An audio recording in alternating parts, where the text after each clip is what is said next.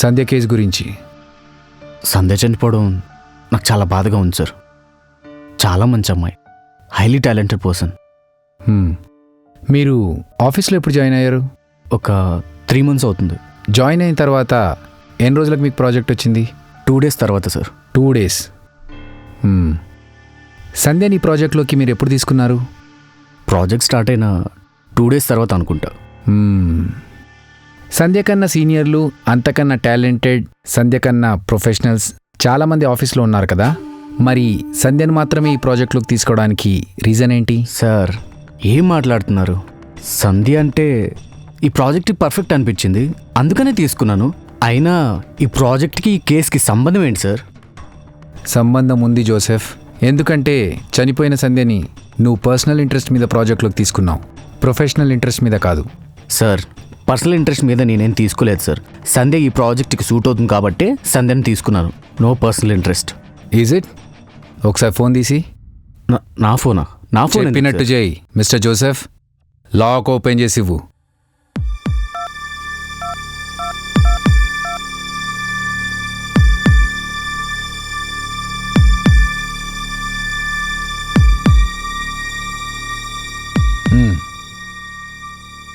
ఇదేంటి సంధ్య ఫొటోస్ ఎన్ని ఉన్నాయి? ఒకవేళ మీకు పర్సనల్ ఇంట్రెస్ట్ లేకపోతే మీ గ్యాలరీ నిండా సంధ్య ఫొటోస్ ఎందుకున్నాయి?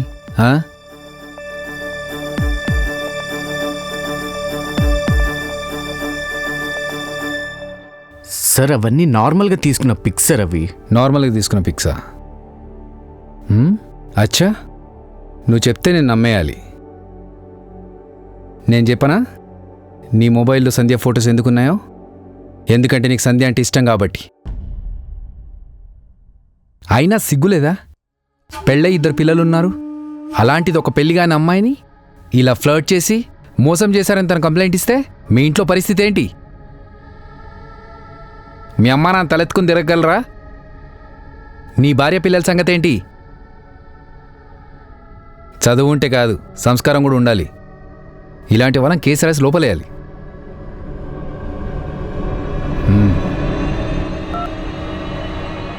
సంధ్య చనిపోయిన రోజు నువ్వు ఎక్కడున్నావు? ఆ రోజు నేను మా ఇంట్లో పడుకున్నాను సార్. ఎక్కడున్నావు? నిజంగానే మా ఇంట్లో పడుకున్నాను సార్. ఓహో, అంటే నువ్వు ఆ రోజు ఇంట్లో పడుకుని ఉంటే నీ ఫోన్ మాత్రం ఎల్బీ నగర్ పంపించావా? సార్ ఎల్బీ నగర్లో నేను లేను సార్. ఒకవేళ ఎల్బీ నగర్లో ఉన్నా సంధ్యని చంపాల్సిన అవసరం నాకేంటి సార్? ఒకవేళ సంధ్య నేను చంపానని ప్రూఫ్ మీ దగ్గర ఉంటే ఇప్పుడే నన్ను అరెస్ట్ చేసుకోండి. I don't care.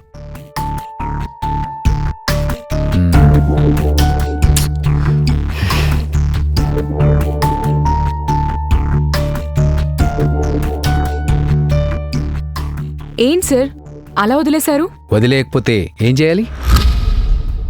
మన దగ్గర జోసెఫ్ సంధ్యను చంపాడని చెప్పడానికి ఎలాంటి సాక్ష్యాధారాలు లేవు, ఓన్లీ అనుమానం తప్ప. ఎలాంటి ప్రూఫ్స్ లేకుండా కస్టడీలోకి తీసుకోలేం కదా, నీకు తెలుసు కదా. డామిట్, ఇంతవరకు చేసిన ఎంక్వైరీలో ఆ హంతకుడి గురించి ఒక్క క్లూ కూడా దొరకలేదు. అంటే మీకు కూడా ఈ కేసులో ఎలాంటి క్లూస్ దొరకలేదు? అంటే మీరు కూడా ఈ కేసుని ప్రాపర్గా ఎంక్వైరీ చెయ్యలేదా? మీరు కూడా ఈ కేసుని క్లోజ్ చేయాలేమో నాలాగా. అందుకే ఎవరినన్నా కామెంట్ చేసే ముందు ప్రాపర్గా చెక్ చేసుకోవాలి. సరే సార్, నేను ఇంక వెళ్తాను.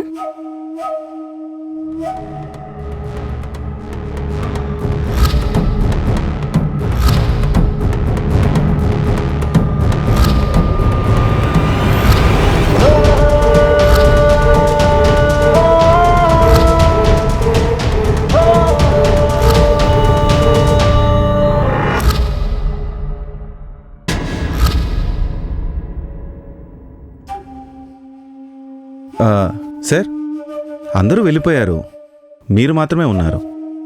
ఇంటికి వెళ్ళండి సార్. ఉదయం నుంచి మీరేం తినలేదు కూడా. ఈ కేసు రేపు చూసుకుందాం. లేదు రాజు, కూర్చో.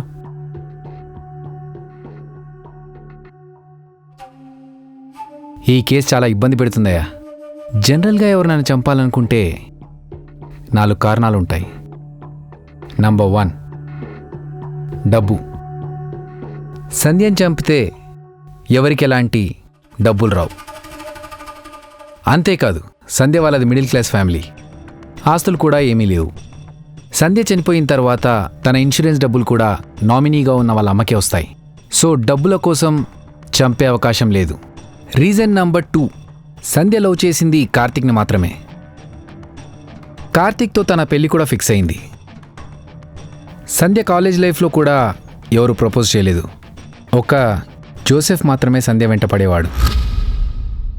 అవును సార్, నాకు కూడా ఆ జోసెఫ్ మీదే అనుమానంగా ఉంది. ఎందుకంటే కార్తీక్ని పెళ్లి చేసుకోబోతుందని సంధ్యని చంపి ఉండొచ్చు. కోపంతో హత్య చేసేవాడు అంత పక్కాగా ప్లాన్ చేయడు. కానీ ఈ కేసులో జోసెఫ్ తప్ప మిగతా వాళ్ళెవరు చంపే అవకాశం లేదు. అంతేకాకుండా ఆ రోజు జోసెఫ్ ఫోన్ కూడా సంధ్య వాళ్ళ అపార్ట్మెంట్ దగ్గరలోనే లొకేషన్ చూపించింది. అగ్రీడ్. కానీ కేవలం ఆ ఒక్క ఆధారంతోనే జోసెఫ్ ఆ హత్య చేశాడని మనం చెప్పలేం కదా రాజు. Reason number 3, witness. ఒకవేళ సంధ్య ఏదైనా క్రైమ్ చూసుంటే ఆ క్రైమ్కి విట్నెస్ ఇస్తారని చెప్పే భయంతో ఎవరైనా చంపే అవకాశం ఉంది. కానీ తను చనిపోయే ముందు కూడా చాలా హ్యాపీగా ఉంది. ఫేస్బుక్లో ఫోటో కూడా అప్లోడ్ చేసింది. So I don't see any reason ఆ విట్నెస్ అనేది ఇక్కడ నాట్ వ్యాలిడ్. ఇక మిగిలింది reason number 4, revenge. I strongly feel సంధ్యనెవరో పగ తీర్చుకోవడానికే చంపేసి ఉంటారని. కానీ ఇక్కడ ట్విస్ట్ ఏంటంటే వాళ్ళ ఫ్యామిలీకి ఎవరూ శత్రువులు లేరు. ఇప్పటి వరకు సంధ్య వాళ్ళ ఫ్యామిలీకి ఎవరితో గొడవలు కూడా లేవు. ఇంతగా సంధ్య వాళ్ళ ఫ్యామిలీ మీద కోపం ఎవరికుందంటావు? మీరు చెప్పిన దాని ప్రకారం సంధ్యని వీళ్ళలో ఎవరో ఒకరు చంపి ఉండాలి. కానీ హంతకుడు ఎవరో మనకు తెలియదు. మరి హంతకుని ఎలా పట్టుకుంటారు సార్?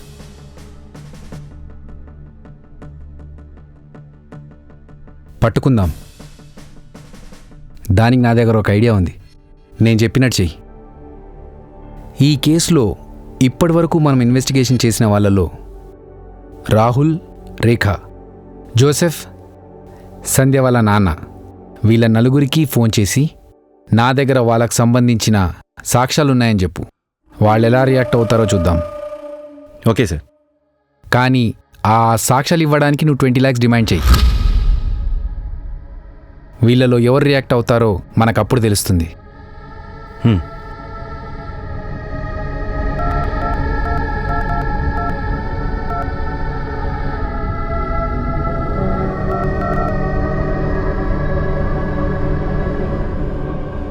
నేను సంధ్యని చంపలేదు. మీ దగ్గర ఎలాంటి సాక్ష్యాలున్నా నాకు భయం లేదు. సంధ్య చనిపోయిన రోజు నేను అసలు సంధ్యను కలవలేదు. అలాంటప్పుడు నాకు వ్యతిరేకంగా సాక్ష్యాలు ఎలా దొరుకుతాయి? మీకు ఎలాంటి సాక్ష్యాలు దొరకలేదు. మీరు అబద్ధం చెప్తున్నారు. మీరు నమ్మకపోతే నాకు ఎలాంటి నష్టం లేదు. ఈ సాక్ష్యాలన్నీ మా సార్కి ఇచ్చేస్తాను. వద్దొద్దు, నేను ఒకసారి మిమ్మల్ని కలుస్తాను. ఎక్కడ కలవాలో చెప్పండి. నైట్ 8 o'clockకి రెడ్ చిల్లీ దగ్గర కలుద్దాం. ఓకే, తప్పకుండా. కానీ అప్పటి వరకు దీని గురించి మీ సార్కి ఏం చెప్పకండి. ఓకే.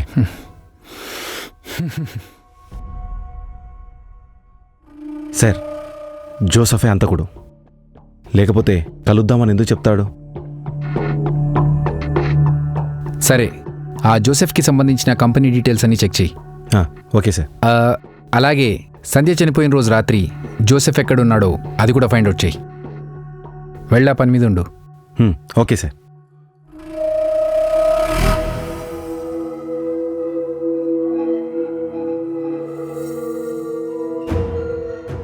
సంధ్యని జోసెఫ్ చంపి ఉంటే జోసెఫ్కి హెల్ప్ చేసిన ఆ రెండో వ్యక్తి ఎవరు?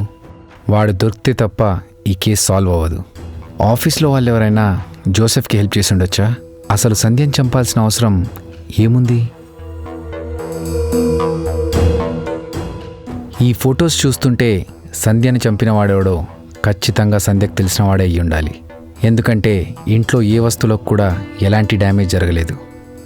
హంతకుడు సంధ్యని చంపాలనుకున్నప్పుడు సంధ్య తనను తాను కాపాడుకోవడానికి ఎందుకు ట్రై చేయలేదు? జోసెఫ్ ఫోన్ మాత్రం అపార్ట్మెంట్ దగ్గరలో ఉంది, కానీ జోసెఫ్ మాత్రం ఇంట్లోనే ఉన్నానంటున్నాడు. ఆ రోజు రాత్రి జోసెఫ్ ఎక్కడున్నాడో తెలుసుకుంటే ఈ కేసు సాల్వ్ అయిపోతుంది.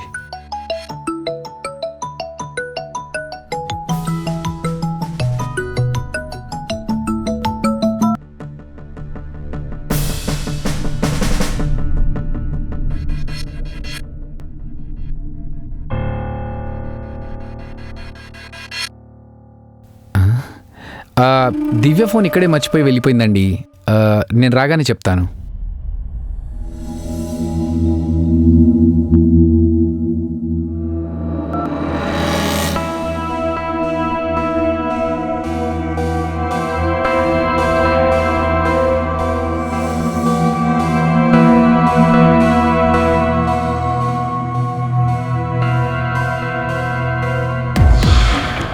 దివ్య, నేనే నేను పిలుద్దాం అనుకున్నాను, నువ్వే వచ్చేసావు.